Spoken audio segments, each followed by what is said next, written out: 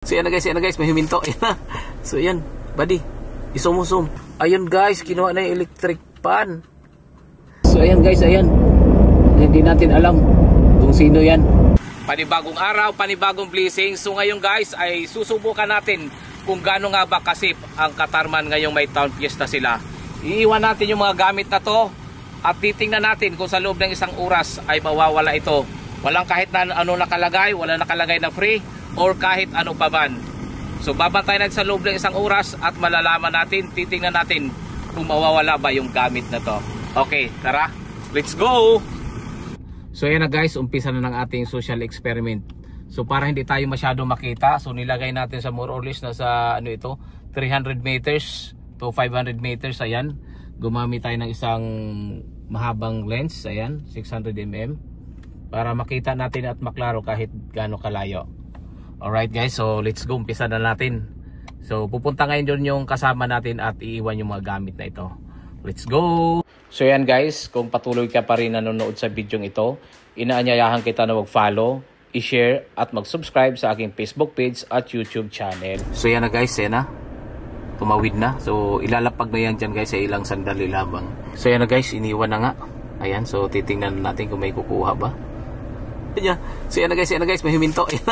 So yan, buddy, isum-usum. So yan, sumo. Ayun, may huminto na. So tinitingnan nila guys kung may nakalagay ba na free o wala. So wala nakalagay yan guys, dahil ito ay social experiment lamang. So subukan lang natin kung gaano nga ba kasip yung Katarman ngayon na may town fiesta. So yan guys, so titingnan natin kung kukunin ba nung nakamotor na yan yung mga gamit. Time check, nasa ano tayo, sa 35 minutes. Ayun na guys, ayun na. I'm walking.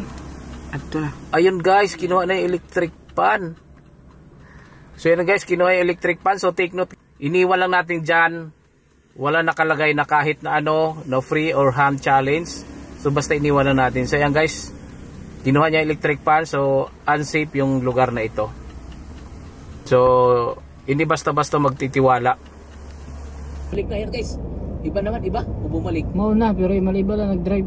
So yan na guys, ayan na, bumalik. Ayan na. So sila pa rin, ayan. Sino yan? Ayan guys, ayan, kinuha no. So ayan guys, ayan. Hindi natin alam kung sino yan. So wala naman nakalagay dyan guys na free o kahit na ano. Ayan, basta iniwan lang natin dyan. So just to prove kung gaano nga ba kasi yung long bridge na to dito sa Katarman ngayon. So yan guys, so hindi basta-basta mag-iwan dito ng mga gamit. So ayan, bumalik na ba? Ayun na. So wag na wag yung gagawin na mag-iwan dito ng mga gamit, dahil sa isang iglap baka magulat kayo, wala na yung mga gamit nyo. So ito naman guys, patunay lamang na hindi dapat natin iiwan ng gamit natin kung saan-saan lamang. Ginawang video nito para sa isang social experiment lamang. Sa tingin niya, ayan, dalawa sila huminto, ayan, bumalik pa yung iba. So yan guys, in just 30 minutes sold out na yung electric pan natin at drawer. So yan guys, so wag na wag yung gagawin na mag-iwan dito ng mga gamit, dahil sa isang iglap baka magulat kayo, wala na yung mga gamit nyo. So ito naman guys, patunay lamang na hindi dapat natin iiwan ng gamit natin kung saan-saan lamang. Ginawang video nito para sa isang social experiment lamang. At sa tingin niya, ayan, dalawa sila huminto, ayan, bumalik pa yung iba. Sa tingin niya ay iniwan ito ng tao. So wala naman tayo nilagay doon na free ito. Kaya yun guys, so magsilbing aral nawa ito sa ating lahat. Alright, so salamat sa inyong panonood.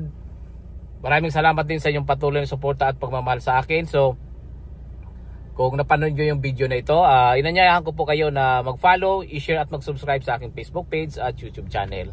Salamat! Bye-bye!